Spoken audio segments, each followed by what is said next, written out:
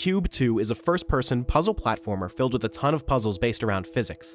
The general idea, as well as the game's overall aesthetic of clean, scientific test chambers, is highly reminiscent of Portal. However, what Q.U.B.E. lacks in originality, it makes up for with incredible complexity and the tools you work with to solve puzzles.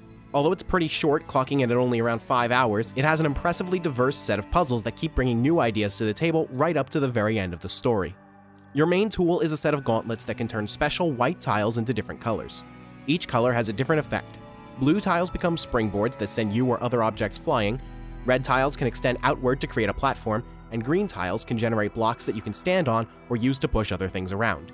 These colors will be the only things you'll have for the whole game, but each puzzle room will also have its own tools that you'll need to work with, such as magnetic panels that can grab or throw green blocks, or powerful fans that create wind that can be blocked with red platforms. Every environmental tool is used in multiple rooms, and since you keep getting introduced to new tools right up to the end of the game, you'll keep being challenged to learn new ways to make two pieces of the puzzles interact. Something I appreciated a lot about how Q.U.B.E. taught me to use its tools was that it carefully set up the introduction to each new tool so that I could figure it out on my own. Basic controller prompts would appear, but I was left to experiment with each item to figure out what I could do with it. Instead of a tutorial prompt telling me that I could block the wind from fans with red platforms, I just saw a white tile next to the fan and found out for myself that blue and green tiles were worthless here. I was able to use level design clues to figure out the rules for every tool in the environment, which made even the basic tutorial puzzles satisfying. Unfortunately, there are a few technical issues with the Switch version that brought down the experience.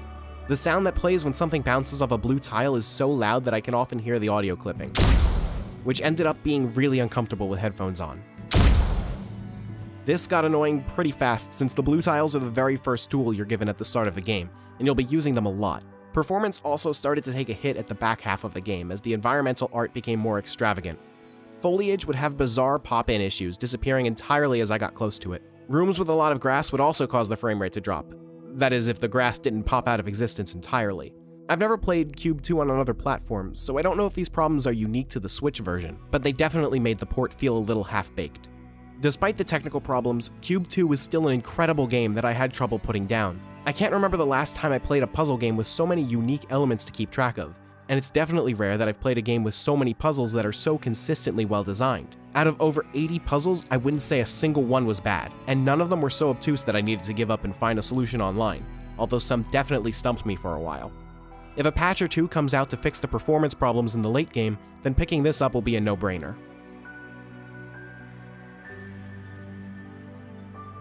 Thank you very much for watching. And if you want to see more videos like this, consider subscribing to Nintendo World Report TV. You can also check out NintendoWorldReport.com for a whole lot more, and if you want to support both this channel and the site, check out patreon.com/NWR.